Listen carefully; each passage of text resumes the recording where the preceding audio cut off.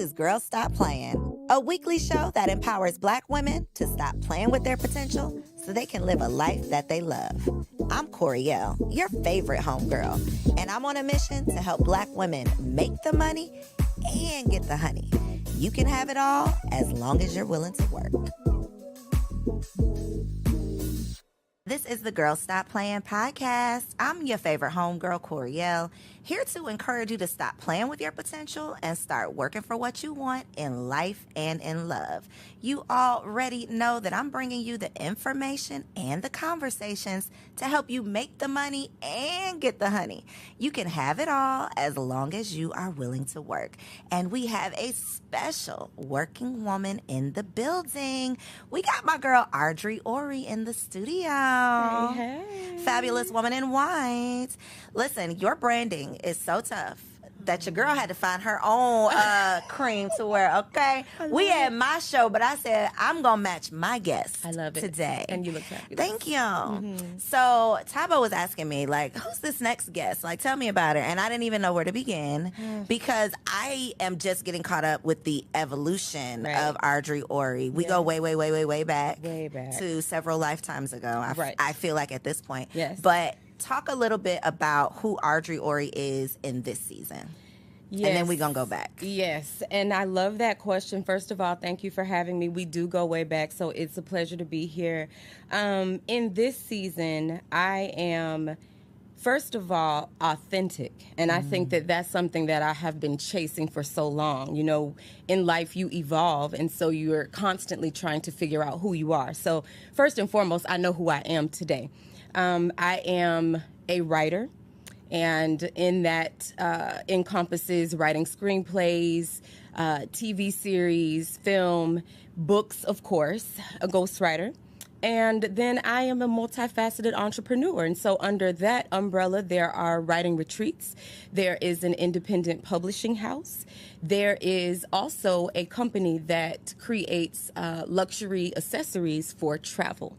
So that is who she is. Is that my bag that I got today? It is. Tell us the brand name, tell us about it, and then I will show y'all. Y'all will get to see it. Okay, absolutely. So the company is called Crown Avenue, and literally, just as a storyteller, you kind of need an outlet. Whatever it is that any of us do, I feel like you need an outlet. And so for me, that became designing pieces so that when I had a fabulous way to store my laptop, or when I was going to meetings, I needed to have multiple pieces, but I wanted something that was aesthetically pleasing and cohesive, statement pieces, but also functional. So I started that company during COVID, actually just sketching bags, and then it expanded into pieces for travel.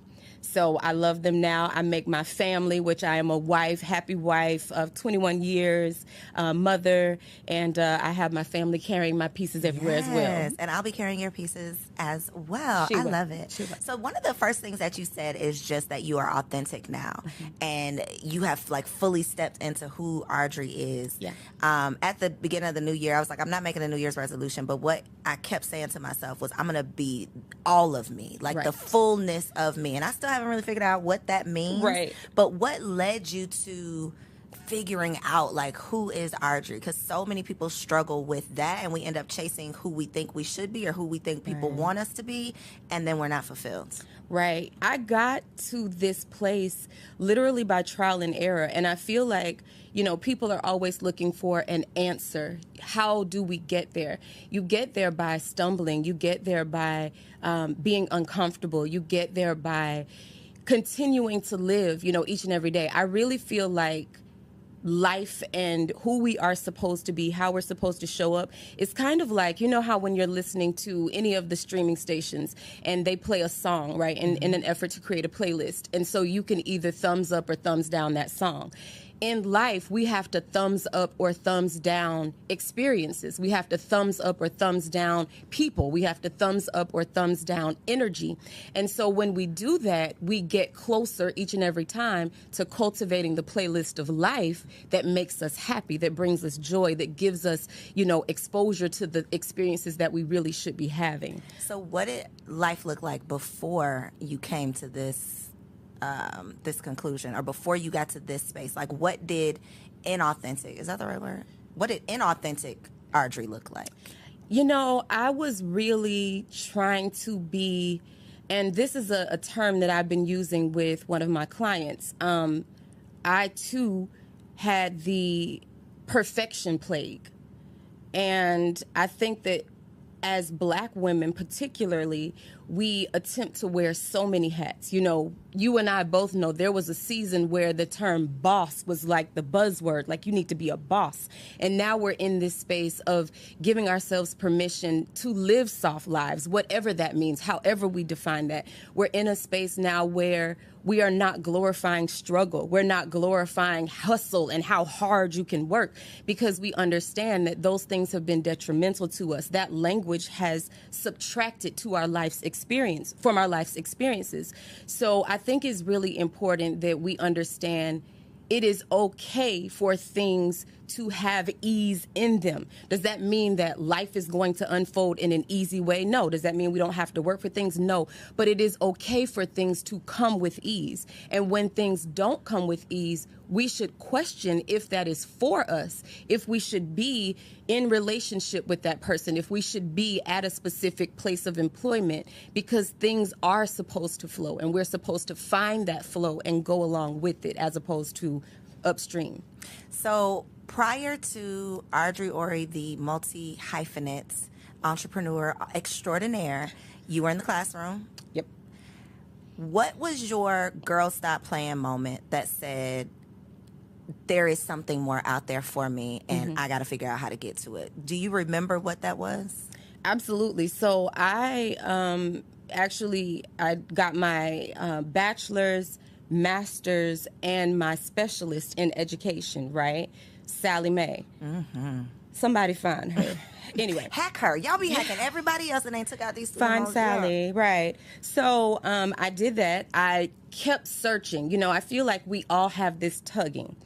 Everyone has it. When you aspire to more and you're being called to more, something will tug on you. You will not be comfortable. And so I was not comfortable in the classroom because I felt like I needed to touch more people. So I left the classroom and I began to work more with the teachers. And then I felt like I needed to touch more people. And then I became an administrator, an assistant principal, and I felt like I needed to touch more people. And so I knew that, but I was still going along the path that I felt was safe. And that safety was just a career track. So you become an assistant principal, then you're going to be a principal. Maybe you'll go downtown. Who knows? But for me, when I got pregnant with my second daughter, I was very sick. Seizures, passing out, you know, all the things. And I was still attempting to work because, you know, you got to hustle. So because you're a strong black woman. Strong black woman. Like, you got to get it. So I remember I passed out at a training. And one of the administrators said to me, you know, I think you need to go home. And I was pregnant.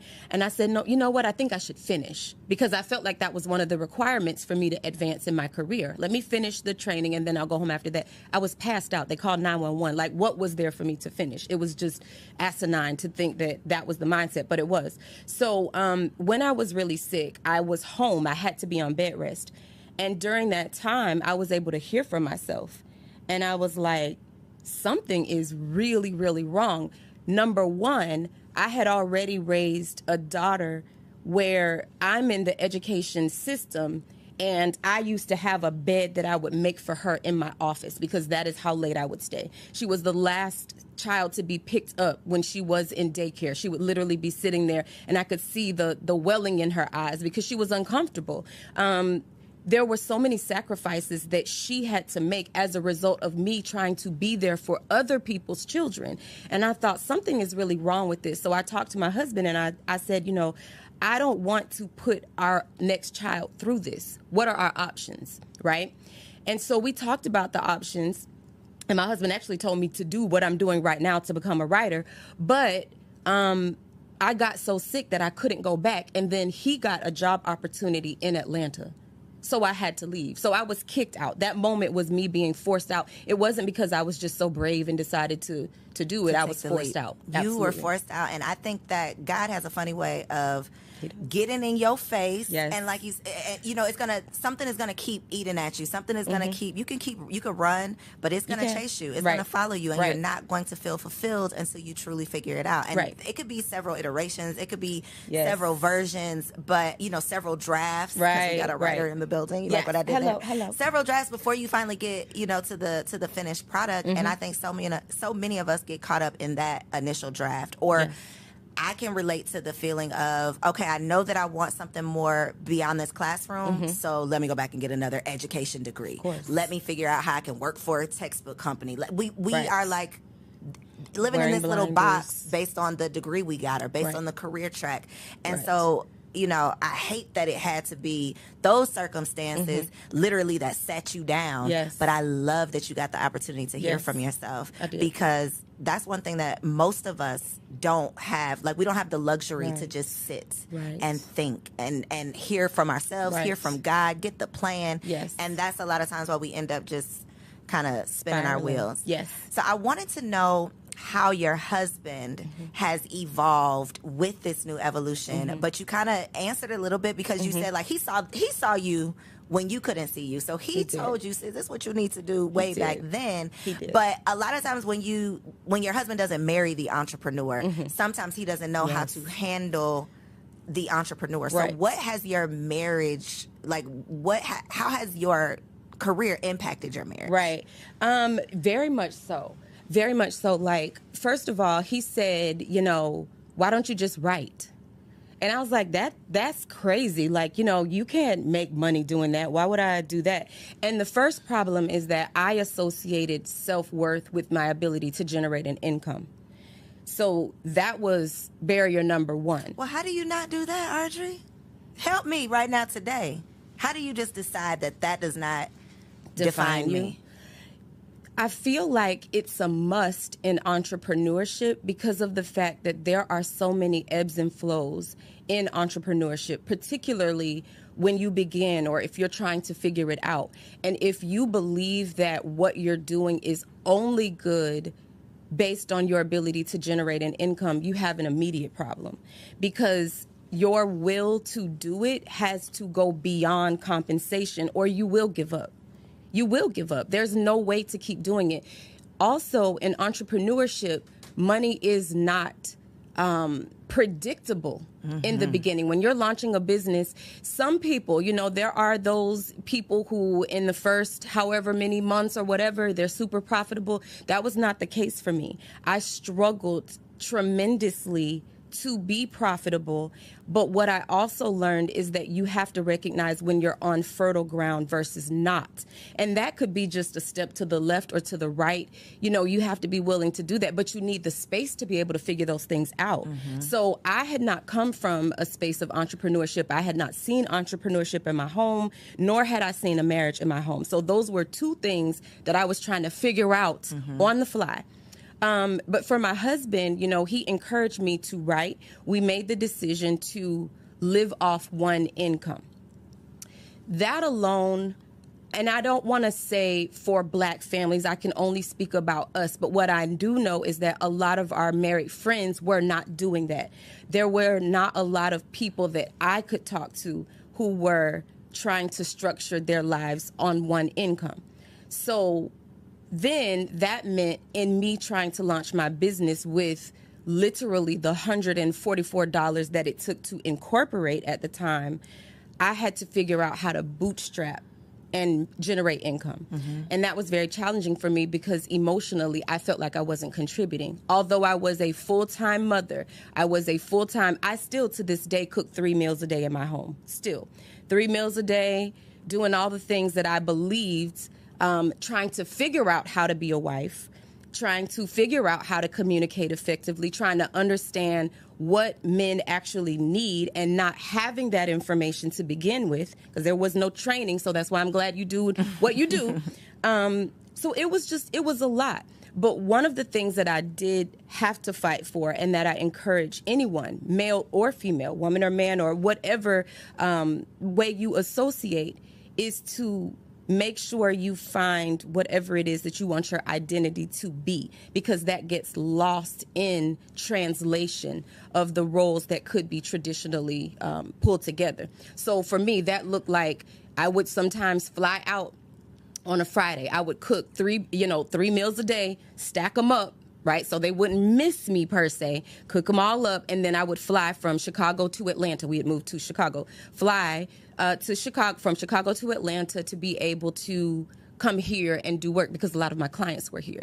That wasn't really something my husband was like, yeah, I just want you to get on the plane and fly. I would fly to LA and catch a red eye and then try to come back like within 24 hours trying to generate business. That's not really something that your husband is like, yes, go do that. But I fought to do those things because I felt like they were necessary to grow my business. In the end, it worked. How did you not deal with, or I know you dealt with it, how did you work through mommy guilt and wife guilt? Because for women who have these strong desires, a lot of times that can stop you in your tracks because you literally just cannot deal with I'm missing out on this part. And also, to your other point, you don't want to be everything to everybody else and then your own family misses out on the fullness of you. So how do you balance that part of it? I think that coming up with non-negotiables within your home are helpful. Cooking was mine, right? They expected me to cook. I remember a time when I was living in Atlanta, I went to an event and I got home really, really late. I can't remember why the event was happening. And so one of our sorority sisters was actually with me. She was staying with me. And so we came back in and my little one was up and she was like, can you make me some pancakes? It might have been like midnight, 1 a.m, something. And I was like, absolutely. And my line sister was like, are you crazy? You're going to cook pancake? And I was like, yes, because that's one of the things that I am responsible for is to make sure that the family has food. So I did it. So that was, I think having non-negotiables is key, but it's not going to ever be perfect. I don't think that you can walk or be called in purpose without someone not feeling like they're getting what they are supposed to have. And now that one of our daughters is 20, she and I have conversations regularly, and she says to me, I was there for every single one of your phases, and I remember every single one of them, and I felt every single one of the businesses you tried to launch. I felt when you were unhappy. I felt when you didn't, have a good interaction. I felt all of that. And it stings a little bit because I feel like in some way she's saying the same pain that you experienced, I did too. And it hurts. But that's the reality of it. But what were we just talking about? Talk about Miss Mamas. Where is Miss Mamas right now? Miss Mamas is in Amsterdam living her best life. After she got her international business degree? Now, I'm not saying she wouldn't have did that if you hadn't done this, but I'm willing to bet that watching Mama get it out the mud and figure it out, because one thing that we have in common, baby, we're going to try it. We're going to try it. We're going to do it. We got the T-shirt to remind us that we did that shit. We're going to try it, and we're going to figure it out. Right. And having a child witness that my mommy is not going to give up. Right. She's still going to have that same fire in her for the next thing, even if the last one didn't work out. Yes. She has that in her just based on watching you do it. So don't feel too bad that she got, drugged with you when you was getting it out the mud. She did. But she is going to be just... not even going to be. It's already in her. It's in her. So she's reaping the benefits and the rewards of that. She absolutely is. And it's the type of, if I could go back and do it again, I actually wouldn't change it, because I think that it's very important for women to see women doing all kinds of things. So you see, and I asked her, I said, did you see me as a soft wife? Did you see me as an alpha woman? Was I hard in the house? And she said, no, I always saw you as a soft wife. You let daddy be a man, and you were always his wife, and that's what I witnessed. And that made me feel good. So I'm all right.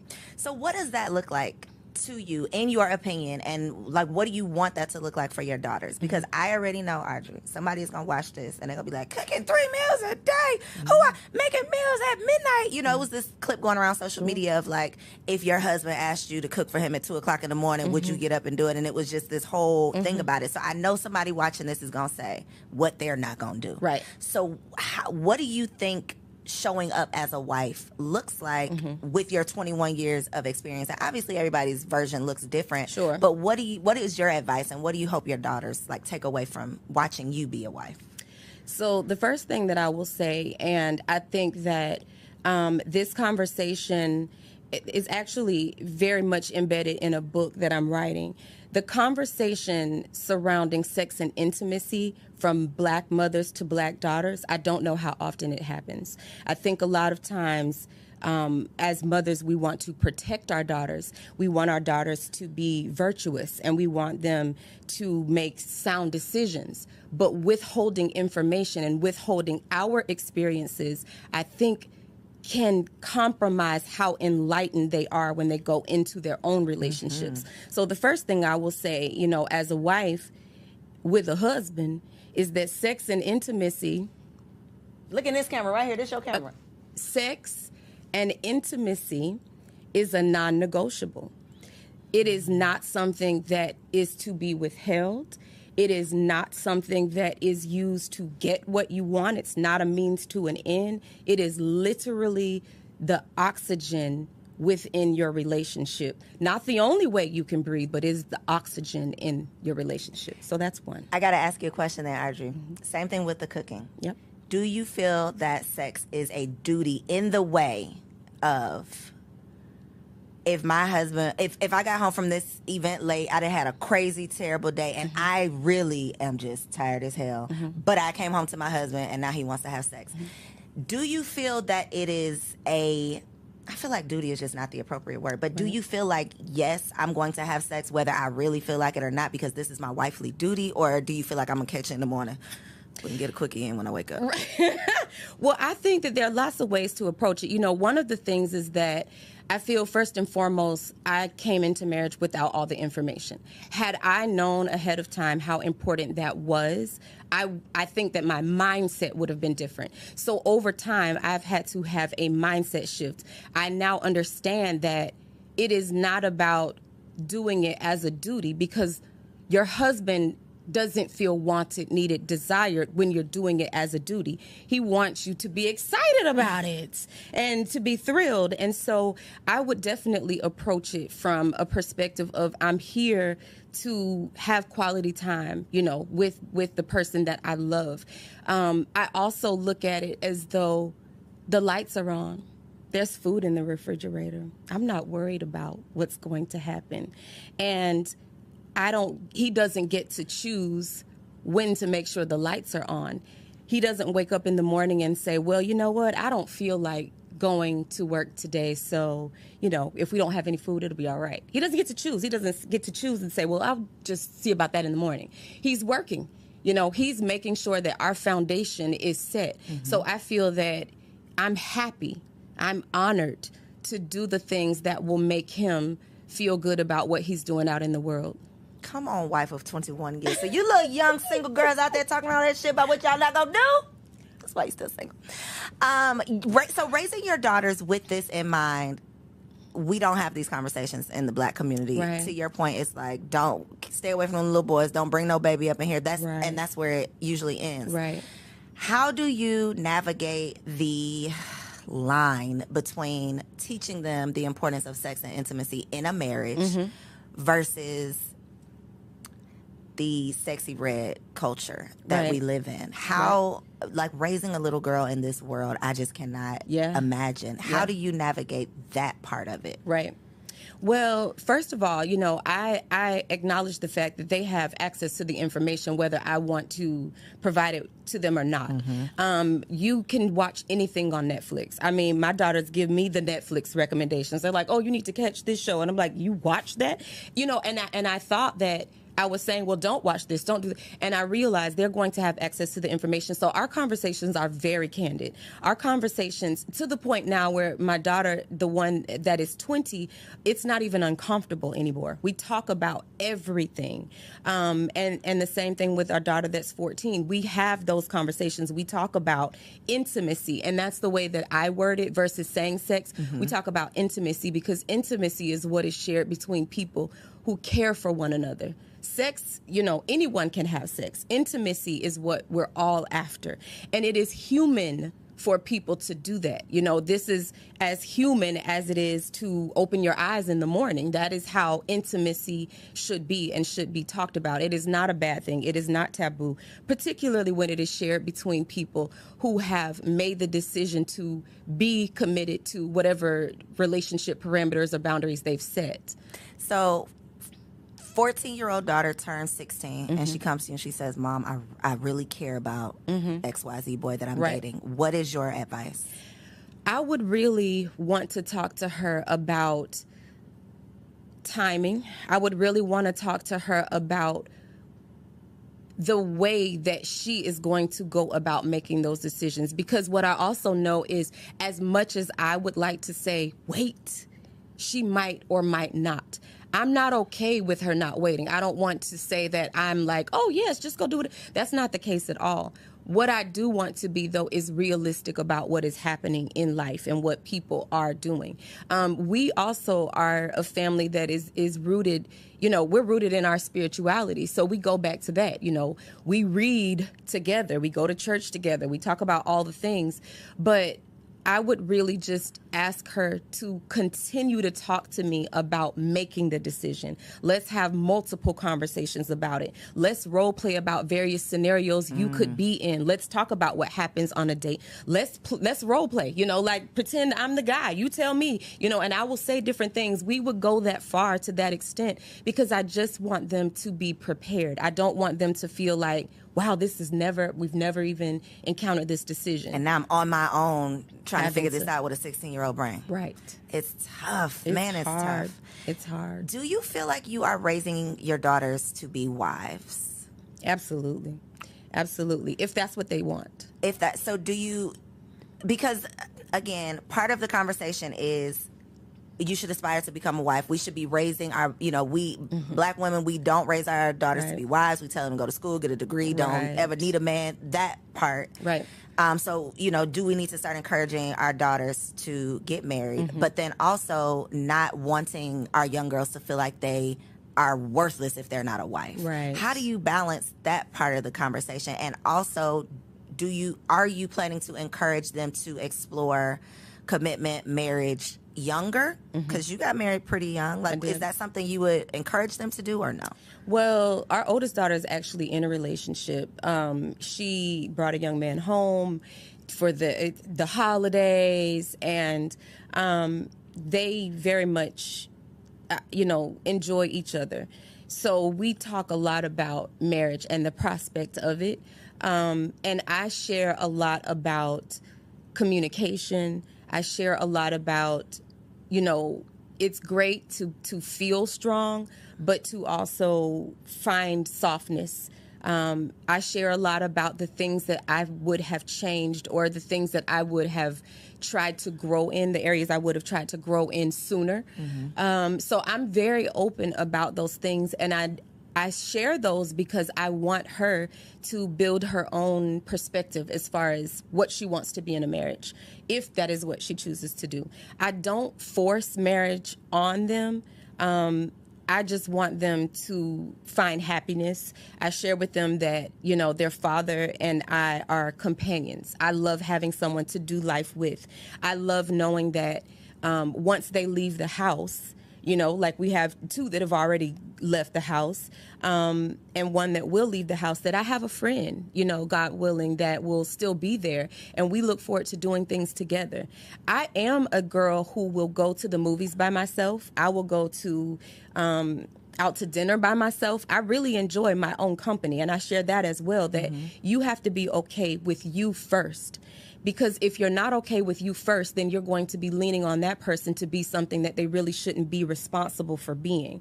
So I share, in both ways. But I am hoping that they will see, because I think that you learn more by what you see, versus what someone says, what being a wife could be for them. How important is it showing your girls friendships? Because I know you are a girl's girl. I feel like you're a girl's girl. I know. I think so. I think you have quality friendships. I think that they've probably seen up close and personal what a friendship should look like. Yeah. How do you navigate that part of it with teaching them like that friends are important, showing them what friendship should look like, but then also the self-love aspect too, because Right. that's a conversation I think that starts too late in life. Right. Yes, for sure. Well, I have friendships that have lasted a really long time. And so I think I share with them the quality of friendships are better than the quantity. But when I said, I don't know, I think for me, navigating friendship and marriage was really hard for me. Ooh, let's talk about it. Okay. You mean balancing the two? Yes. So when I got married, I was very young, and I was in the phase where people were just getting engaged, but I already had children. And so in order for me to be present, I couldn't go to a lot of the bridesmaids events and bridal showers and baby showers and girls trips. I missed a lot of those. And so I feel like there was a period of time where I didn't show up for my girlfriends. I really didn't. And I didn't know how to do that. I didn't know how to be fully present at home and fully present for friends. I was not good at balancing that. In addition to that, I was pursuing entrepreneurship very hard. So that meant any free time that I had outside of my family, I felt like the only way I could justify not being with them was working.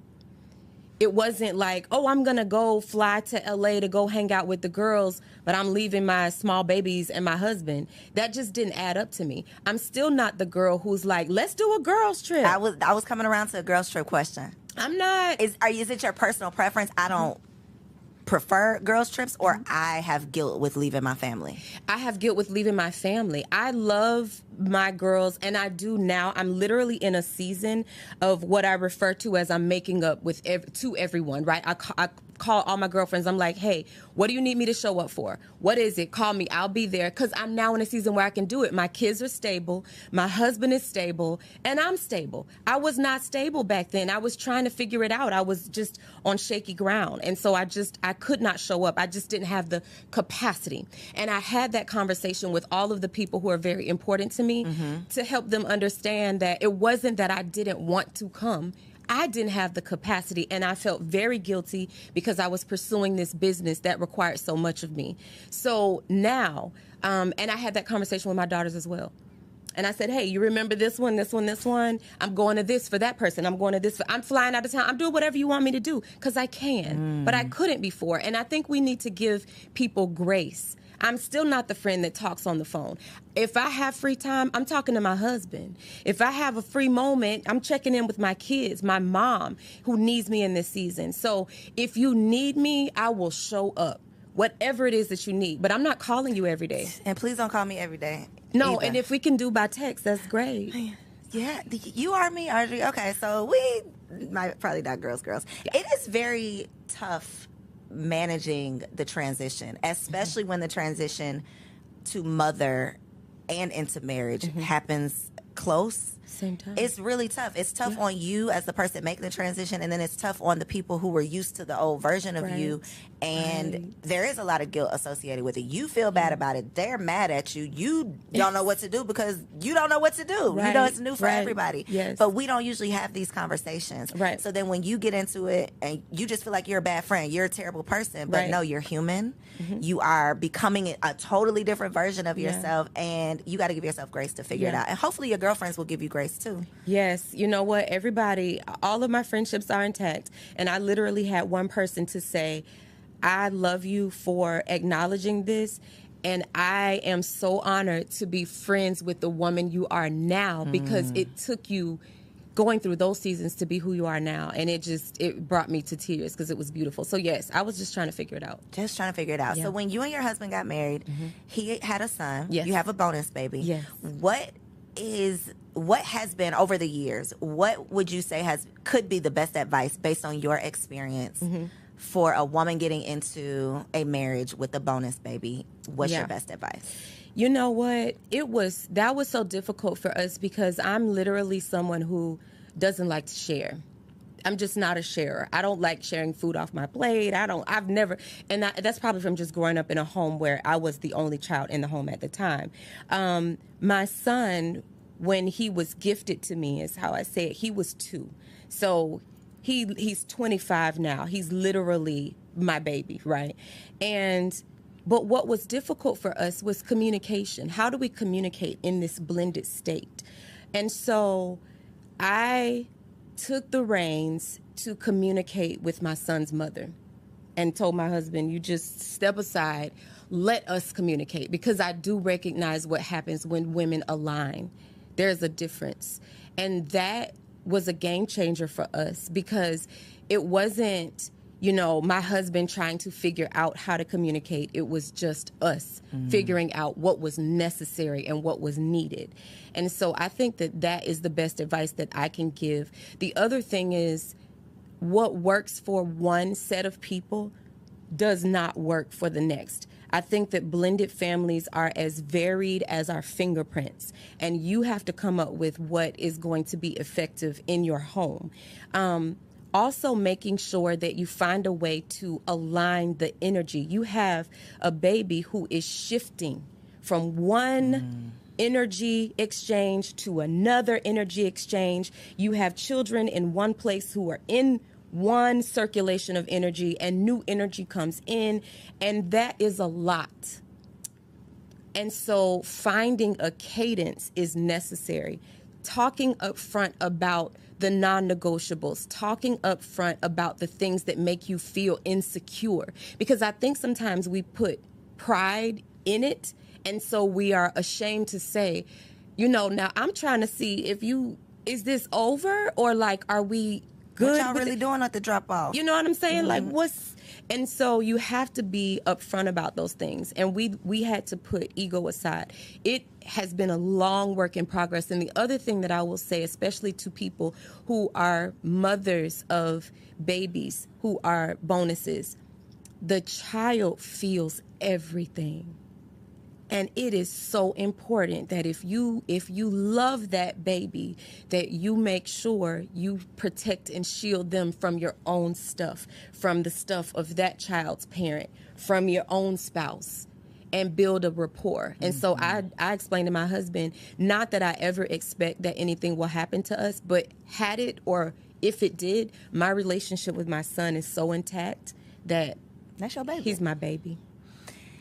I think that we get a lot of advice, parenting advice, mom content for mothers of young children. Right. That's usually what the conversation is. And I don't think that there's a lot of support or resources or conversation for empty nesters or just adult children, that transition. Yeah.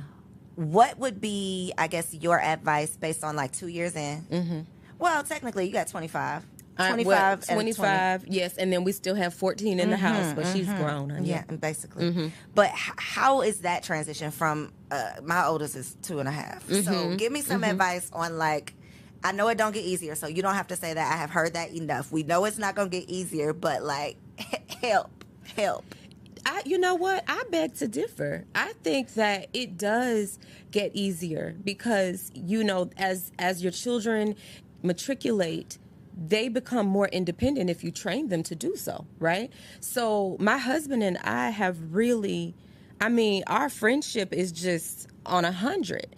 And we have so much fun. And we have so much fun thinking about when our daughter's not in the house. Whenever my mom comes and she stays with us, we're like, child, we out of here. So I think that you have to build your friendship. Everything else is secondary. You have to build your friendship. That has to be the person that you want to call first. It cannot be your girlfriends because they're not going to be in the house with you. You're going to be left to live with that person. I used to think all the time, you would see people become empty nesters and then get a divorce. And it would be like, how can you be married for 20 years and then you get a divorce? But it's because you have nothing left. The kids are what make you have something in common. And so if you don't work on that relationship, I literally just texted my husband when I was on the way here and I was like, what's up? What's the score? 1 to 10. How's the sex and intimacy meter going? You know what I'm saying? Like, tell me how I'm doing. Yes. Because I'm good. So tell me how I'm doing. Speaking of, what do you think, from an OG wife to a newlywed, what do you think is a realistic goal for intimacy in a week? Right. That is... Come on. Okay. Oh, you're waiting for my answer? Yeah, I'm waiting. I'm waiting on your Okay, answer. well, I'm goal driven as well, because I used to be asking my husband, give me a number. If I can hit the number, then I feel Please, successful. yeah. But he would never give me a number. And I said, I feel like you don't want to give me a number because you feel like if I meet that number that It's gonna be you're going to over. be missing something. But, I try, honestly, this is going to sound... I try honestly, because I heard a podcast recently and there was a lady and she said multiple times a day. I don't know how you get other things done, but I definitely try to do something, right, daily or every other day. I try really hard. Well, we'll be cutting that out. Y'all will never see this clip because my husband is not about to put the pressure on me. That is not what you're supposed to say, Ardre. That's an off-camera answer. Damn, daily? Or every other day. And I said, do something. Intimacy, there are lots of options. I think, too, wives, you have to find variety. And so, yeah, I try. That's not every week. Things happen. My mother just had multiple surgeries. I'm caring for her right now. So, schedules are off. I moved my daughter. Schedules are off, but I try very hard. As a standard, that's what you attempt to do. In my mind. Okay. We're going to shift the conversation. No more marriage talk, no more intimacy.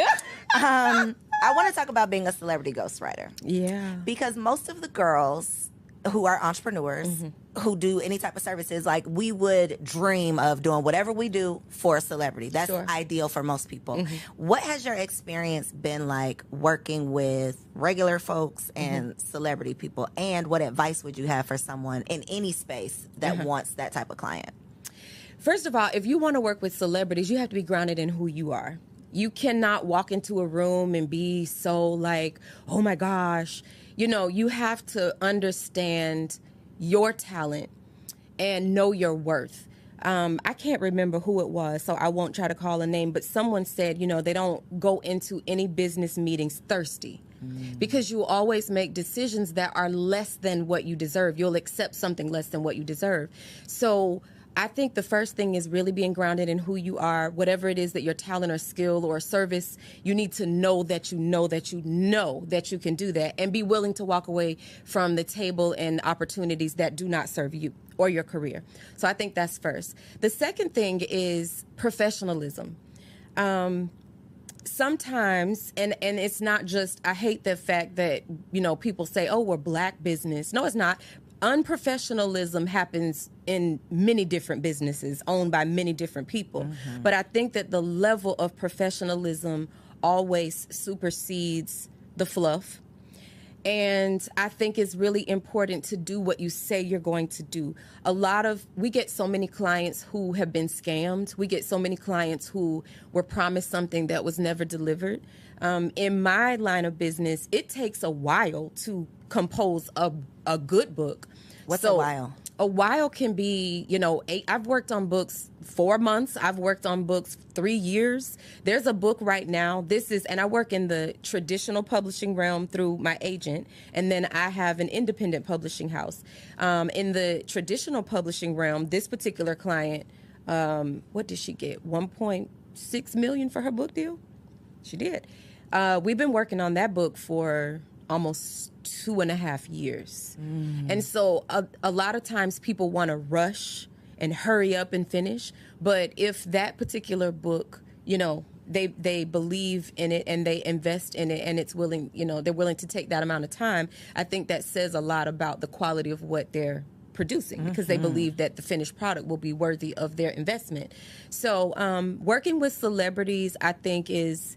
it's great if you are willing to be in a capacity to be of service.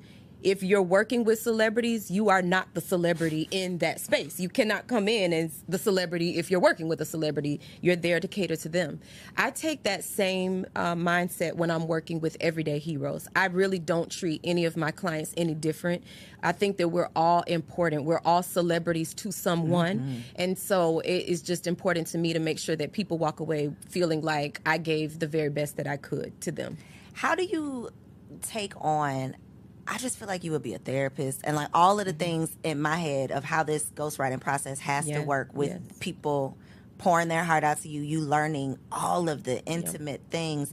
How do you not hold on to those things? How do you not let that affect you personally? How do you maintain who you are without getting caught up in everybody else's stuff? Well, literally, when we hang up the phone, I take about 10 minutes and I debrief, and then I shut it off because I don't want to be any of that.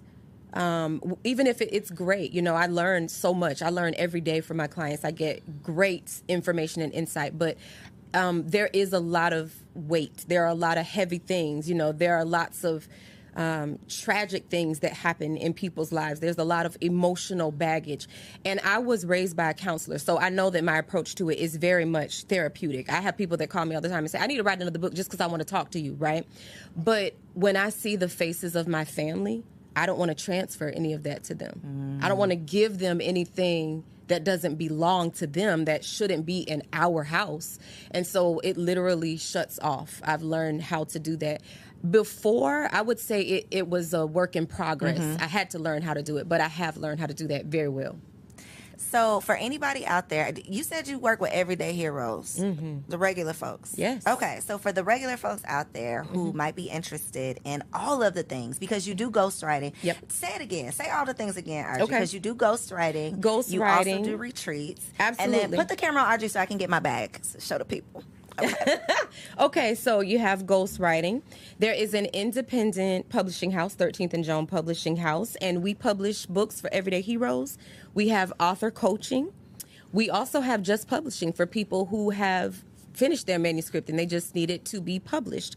We do marketing because a lot of authors don't know how to market their books. They write them books and don't sell them. Then they don't have sales. So we do the marketing. We have an agency for that.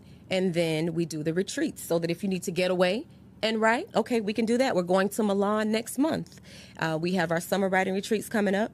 And then we have the bags that you can take along with you. So come on, the bags. Look, perfect segue. We have the bags. Okay, so this is Crown Avenue. I got to learn how to unbox like the girlies. Okay, right. So this is just... And that's you just... Yeah, hold just on. come... Yeah, there you go. Just rip it. Rip me out the plastic. I can act them brand new. That part. Okay, y'all. Hold on. It's coming, guys. The suspense is killing you. I'm sure. Ooh, I was wondering which one it was going to be. Okay, guys. Dun, dun, dun, dun. And that's for your laptop. She's fly. Yes, she is. Let's see how she works. Right. She's for your Come laptop. on with the red.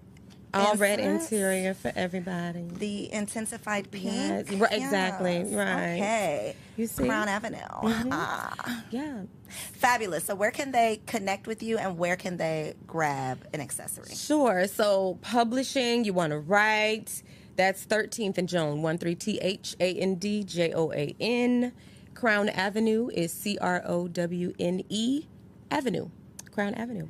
.com. .com. And on Instagram? Crown Avenue. Crown Avenue, and I am Ardre Orie. We'll make sure all of that is down below. I know y'all enjoyed this conversation. Yeah. Be sure to send this episode to a friend, like this video, comment down below, and tell me one thing that you took away.